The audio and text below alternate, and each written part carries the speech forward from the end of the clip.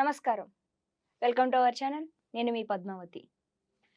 July నెల 16వ తేదీ నుంచి 31వ తేదీ వరకు 12 రాసుల వారికి ఏ విధంగా ఉంటుంది అనేది మనం ఇప్పుడు గురువుగారు ప్రముఖ జ్యోతిష్యులు బ్రహ్మశ్రీ నందిబట్ల శ్రీహరి శర్మ గారు మనతో పాటే ఉన్నారు. ఆయనతో మాట్లాడి ఈ 12 రాసుల వారికి ఏ విధంగా ఉండబోతుంది అనేది మనం తెలుసుకునే ప్రయత్నం అయితే చేద్దాం. నమస్కారం గురువుగారు. గురువుగారు, ఈ నెల 16వ తేదీ నుంచి 31వ తేదీ వరకు మీన రాశి వారికి ఏ విధంగా ఉండబోతుంది, అలాగే ఏ ఏ కార్యక్రమాలు వాళ్ళు చేయడం వల్ల వారికి విజయోస్తు కలుగుతుందో చెప్పగలరని కోరుకుంటున్నాను. ఈ నెల 16వ తారీఖు నుంచి 31వ తారీఖు వరకు మీనరాశి వారికి ఏ విధంగా ఉండబోతుందో తెలుసుకునే ముందు గ్రహ సంచారం ఏ విధంగా ఉందో తెలుసుకుందాం. రాశిలోనే రాహువు, సప్తమందు కేతువు, అలాగే వ్యయమందు శని వక్రీకరించి ఉండడం, తృతీయమందు కుజ గురుల యొక్క సంచార ప్రభావం, మరియు షష్టం మరియు పంచమ స్థానం రవి బుధ శుక్రుల యొక్క ప్రభావం వెరసి చూసుకున్నట్లయితే గ్రహ సంచారంతో పాటు గ్రహానుగ్రహం కూడా సంపూర్ణంగా ఉండడం కారణం చేత అన్ని రకాల విషయాల్లో మీరు ముందడుగు వేస్తారు. అన్ని రకాలుగా వ్యాపారస్తులు కావచ్చు, చిరు వ్యాపారస్తులు కావచ్చు, అలాగే కుల వృత్తులు కావచ్చు, చేతి వృత్తులు ఉన్నటువంటి వారికి ధనాదాయ మార్గాలు అధికంగా ఉన్నాయి. అన్ని రోజుల్లో ఉన్నటువంటి ఈ యొక్క 16 రోజుల్లో అధిక మొత్తం మీకు ధనాదాయం చక్కగా లభించే అవకాశాలు గోచరమవుతున్నాయి. కాబట్టి మీ యొక్క వ్యాపారానికి సంబంధించినటువంటి పనులన్నీ కూడాను జాగ్రత్తగా మీరు చేసుకున్నట్లయితే మంచి శుభ పరిణామాలు యొక్క మీనరాశి వారు జన్మించిన వారు పొందుతారని చెప్పవచ్చు. ఇక ముఖ్యంగా గమనించుకున్నట్లయితే ఏలిన నాటి శని ప్రభావం వలన కూడా కొంత సమస్యలు అనేటువంటివి బాధించినప్పటికీ శని వక్రీకరించినటువంటి కారణం చేత కొంత వెసులుబాటు మీకు ఈ యొక్క మీనరాశి వారికి గోచరం అవుతుంది. తద్వారా మీ పనులన్నీ కూడా చక్కబెట్టుకునే అవకాశాలు ఉంటాయని చెప్పొచ్చు. వివాహానికి సంబంధించినటువంటి చేయ ప్రయత్నాల్లో వివాహార్థులకి వివాహం జరిగేటువంటి అవకాశాలు ఉంటాయి.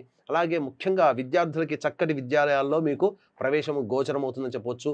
ఇక ప్రధానంగా చూసుకున్నట్లయితే ఉద్యోగార్థులు కాస్త మెలకువలతో, జ్ఞానంతో, లౌక్యంతో ముందడుగు వేస్తే ఉద్యోగంలో వచ్చే చిన్నపాటి సమస్యల నుంచి మీరు బయటపడవచ్చు అని చెప్పవచ్చు. ముఖ్యంగా దాంపత్య విభేదాలు కలిగి ఇబ్బంది పడేటువంటి వ్యవహారంలో ఉన్నటువంటి వారికి దాంపత్య విభేదాలు తొలగి ఆనందదాయకమైనటువంటి గడిపేటువంటి రోజులుగా గోచరమవుతుందని చెప్పవచ్చు.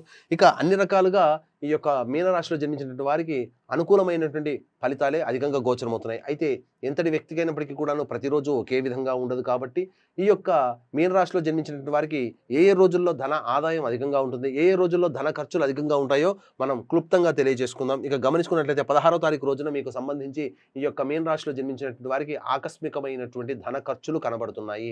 15వ తారీఖు లాగానే 16వ తారీఖు కూడాను ఖర్చులు అధికంగా ఉన్నాయి. కాబట్టి జాగ్రత్తలు పాటించండి. ఇక 17, 18 తారీఖుల్లో మీ యొక్క సంతానంతో వాగ్వివాదాలు జరిగే అవకాశం ఉంది. కాబట్టి జాగ్రత్తలు పాటించండి. సంతానంతో మీరు వాగ్వివాదాలు పెట్టుకోకుండా మౌనంగా ఆశ్రయించడమే చాలా మంచిదని గమనించుకోవాలి.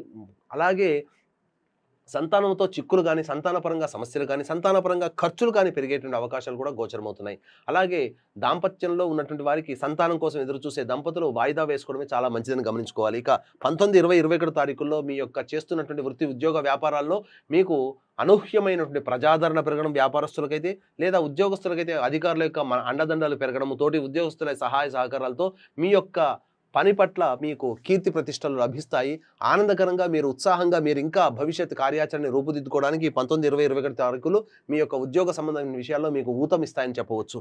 ఇక 22, 23 తారీఖుల్లో వ్యాపార రంగంలో ఉన్నవారు, ఉద్యోగంలో ఉన్నవారు, వృత్తుల్లో ఉన్నటువంటి వారు అన్ని రకాలుగా మీరు అధిక ధనాదాయం పొందేటువంటి అవకాశాలు గోచరమవుతున్నాయి. ఉద్యోగ బదిలీలకు సంబంధించి, ప్రమోషన్కి సంబంధించినటువంటి చేపట్టినటువంటి కార్యక్రమాలు చాలా మటుకు మీకు శుభ పరిణామాలుగా చోటు చేసుకుంటాయని చెప్పవచ్చు. ఇక 24, 25 తారీఖుల్లో ఆకస్మికమైనటువంటి ధన ఖర్చు అధికంగా అయ్యేటువంటి అవకాశం ఉంది. కాబట్టి జాగ్రత్తలు పాటించండి.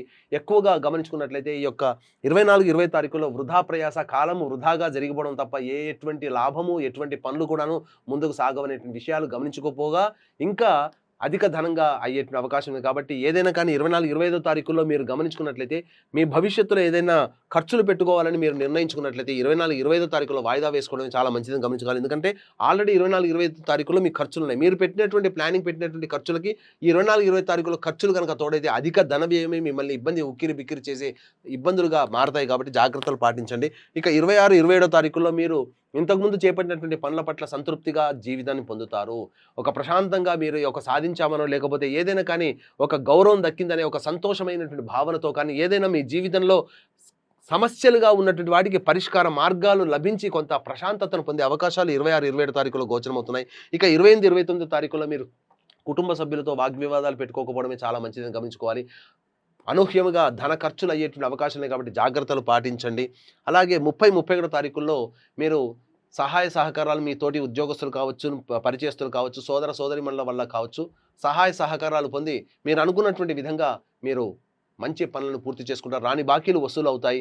మీరు చేపట్టినటువంటి పనులకి ఈ సమయానికి ఈ డబ్బు అందితే బాగుందనుకునే సమయానికి మీకు డబ్బు చేతికి అందడం, తద్వారా మీ పనులన్నీ కూడాను పూర్తి అవ్వడం అనేటువంటిది జరుగుతుంది. కాబట్టి ఎంతటి వ్యక్తికైనప్పటికీ కూడాను దైవానుగ్రహం అందరికీ ఉంటేనే అన్ని రకాలుగా పైకి వస్తారు. కాబట్టి దీన్ని దృష్టిలో పెట్టుకొని మా పీఠం ఆధ్వర్యంలో ఈ నెల 21వ తారీఖు రోజున గురు పౌర్ణమి సందర్భంగా శ్రీకాళహస్తి క్షేత్రంలో రాహుకేతు పూజ, విద్యార్థుల కోసం సరస్వతి దక్షిణామూర్తి హోమాలు మరియు వృషభ, మిథున, కర్కాటక, సింహ, తుల, వృశ్చిక, మకర, కుంభ, మీన రాశిలో జన్మించినటువంటి వారికి, ముఖ్యంగా మీనరాశి వారికి శని దోషం కూడా ఉంది. కాబట్టి శనీశ్వర అఘోర పాశుపత మంత్ర హోమాలతో పాటుగా వివాహం, ఉద్యోగం, దాంపత్యం, అనారోగ్య సమస్యల నివారణకి 18 రకాల హోమాలు కేవలం 1500 రూపాయల రుసుముతో మీ గోత్రనామాలతో చేయించడం జరుగుతుంది. అలాగే సంవత్సరం పొడుగుతా ఒక్కొక్క క్షేత్రంలో వివిధ పూజాది హోమాది కార్యక్రమాలు మా పీఠం ఆధ్వర్యంలో జరుగుతాయి. కాబట్టి అవి కూడా నమోదు చేసుకోవచ్చు. కార్యక్రమ తదనంతరం కాంటాక్ట్ చేసి పూర్తి వివరాలు తెలుసుకోవచ్చు. ఇక గమనించుకున్నట్లయితే ప్రధానంగా ఈ యొక్క మీనరాశి వారికి ఈ గోచారరీత్యా వచ్చేటువంటి సమస్యల పరిష్కారానికి ప్రతిరోజు దక్షిణామూర్తి స్తోత్రం పారాయణతో పాటు కాలభైరవాష్టక పారాయణం రోజుకి 3 సార్లు చేసినట్లయితే చాలా మటుకు సమస్యలు తొలగిపోతాయి. అయితే ఈ పారాయణాలు చేసినప్పటికీ కూడా సమస్యలు తొలగలేదు అని అంటే మీ జాతకంలో ఏదైనా లోపం ఉన్నట్టు కారణం. కాబట్టి దగ్గరలోని మంచి ఉపాసనా పరులైనటువంటి జ్యోతిష్యులను సంప్రదించి జ్యోతిష్యపరంగా ఆ జ్యోతిష్యులు ఇచ్చినటువంటి సలహాలు సూచనలు పాటించినట్లయితే మరింత మేలు చేకూరే అవకాశాలు ఉంటాయని చెప్పవచ్చు. గురువుగారు నిజంగా చాలా చక్కగా వివరించారు మీనరాశి వారి గురించి. అదే పరంగా చూసుకుంటే చూసే ప్రేక్షకులు కూడా గురువు గారు చెప్పిన విధంగా ఆయా పనులు చేయడం వల్ల మీరు చేయాలనుకున్న కార్యక్రమాల్లో